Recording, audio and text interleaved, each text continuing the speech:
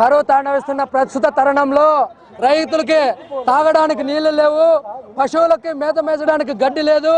ఈ చంద్రబాబు ఏమో సింగపూర్ అని జపాన్ అని తిరగలాడుకుంటా రైతులని మోసం చేస్తున్నాడు.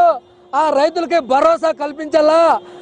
అప్పుల పాలై ఆత్మహత్య చేసుకున్నటువంటి 46 మంది రైతులను పరామర్శించడానికి కోసమని ఈరోజు మొట్టమొదటిసారిగా హిందూపురం నియోజకవర్గం నుండి జగన్మోహన్ రెడ్డి గారు రైతు భరోసా అనే యాత్ర పేరుతో ఈరోజు ప్రారంభించారు. చంద్రబాబు నాయుడు సింగపూర్ జపాన్ అని తిరుగులాడుతూ ఉంటే మన మన మన మన రాష్ట్ర మన జగన్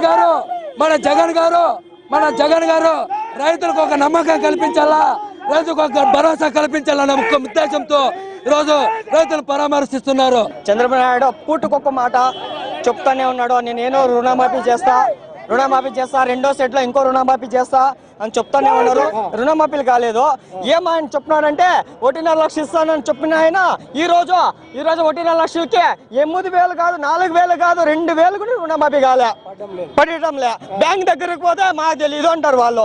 ఇంతవరకు బంగారు రుణాలు అయితే అస్సలు కాలేదండి. పేపర్ వరకు మాత్రం ఇచ్చేస్తున్నారు, కానీ ఇంతవరకు గోల్డ్ రుణాలు అయితే ఇంతవరకు కాలేదు. ఏమన్నంటే బ్యాంకులు లింక్ కావడం లేదు, మేము సరిగా లేదు, ఆధార్ కార్డు లింక్ కాలేదు అని చెప్తున్నారు. దీన్ని బట్టి చూస్తే ఇంకా రైతుల ఆత్మహత్యలు పెరుగుతాయి కానీ తగ్గేదంటూ ఉండదండి. నీళ్లు లేవు, వర్షాలు లేవు, తాగడానికి ప్రస్తుతానికి ఎంత బాధగా ఉందంటే అంత బాధగా ఉంది. రూపాయలకి 20 లీటర్ మినరల్ వాటర్ ఇస్తా అని చెప్పారు. కనీసం ఈ రోజు తాగడానికి నీళ్లు కూడా లేవు, మంచి నీళ్లు లేవు. ప్రతి గ్రామానికి వెళ్ళండి, ఆ మహిళలు ఎంత బాధపడుతున్నారో మీకు తెలుస్తుంది. ఈ ప్రభుత్వం చేతగాని ప్రభుత్వం. ఒక మహిళా సంఘం రుణాలు మాఫీ చేస్తామండి. ఎంతమంది మహిళలకు మాఫీ చేశాడు. మామూలుగా అయితే ఈ కరువు ప్రాంతం కాబట్టి ఇట్లా ఈ కరువులో మామూలుగా ఇన్సూరెన్స్ వచ్చి ఈ 3 నెలలు 4 నెలలు ఏదో అంతో ఇంతో వస్తే దాన్ని తీసుకొని ఏదో పోషించుకునే వాళ్ళు 3-4 నెలలు. ఈ రుణమాఫీ అనే తప్పుడు హామీ ఇచ్చి 100 అయిందో 200 అయిందో తెలియక పూర్తిగా కాక ఆయన జపాన్ సింగపూర్ అని తిరగకుండా ఇక్కడేమో మా కాన్స్టిట్యూన్సీలో బాలకృష్ణ ఆయన ఏదో సినిమా షూటింగ్ లో వెళ్ళిపోతాడు. ఆయన పిఏ వచ్చేసి ఇక్కడ పెత్తనం చెలాయిస్తున్నాడు. కాకపోతే కట్టే పరిస్థితిలో రైతులు లేరంటారా? ఎవరు లేరు ఇక్కడ. రైతులు కరువు కాటుకాలు ఇక్కడ పీక్కుతుంటా అంటే ఆయన రుణమాఫీ అని చెప్పారు.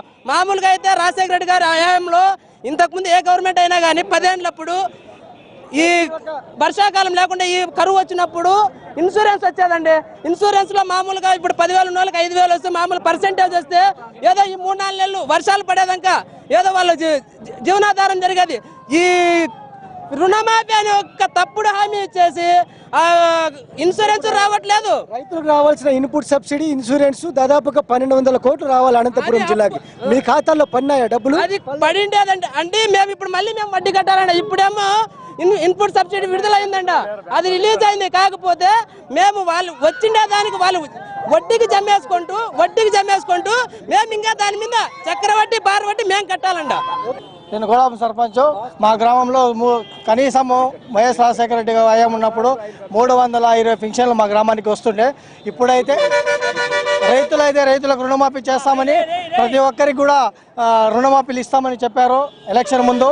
ఆ తర్వాత అయితే ఇప్పుడు కనీసం మా గ్రామంలో పరిటాల సునీత గారే వచ్చి వాళ్ళు ఒక పత్రం ఇచ్చారు, ఇది రుణమాఫీ అవుతుందని. కనీసం ఇంత వాళ్ళ ఇంటి బ్యాంక్ దగ్గరికి ఎత్తుకొని పోతే నీ సొమ్ములు వేలం వేస్తాము, నువ్వు రుణం కట్టు, లేకపోతే నీ సొమ్ములు వేలం వేస్తామని అలా హెచ్చరించారు బ్యాంకులు. కనీసం ఎవరికి రుణమాఫీ అయిన ప్రసక్తి అయితే లేదు. కనీసం ఊరికే మేము సీఎం కావాలని, ఊరికే నేను రుణమాఫీ చేస్తానని, పింఛన్లు 1000 రూపాయలు ఇస్తానని అప్పుల బాధతోనే రైతులు ఆత్మహత్యలు చేసుకుంటున్నారా? అప్పుల బాధ్యతలో తీర్చే పరిస్థితిలో రైతులు లేరంటారా? కనీసం వర్షాలు లేకుండా పంటలు పండుకుంటే అప్పులు ఎట్లా తీరుస్తారండి రైతులు చాలా ఇబ్బందిగా ఉన్నారు. కనీసం పంట అయితే వర్షాలు లేక చంద్రబాబు నాయుడు సీఎం అయినప్పటి నుండి వర్షాలు కూడా పోయినాయి.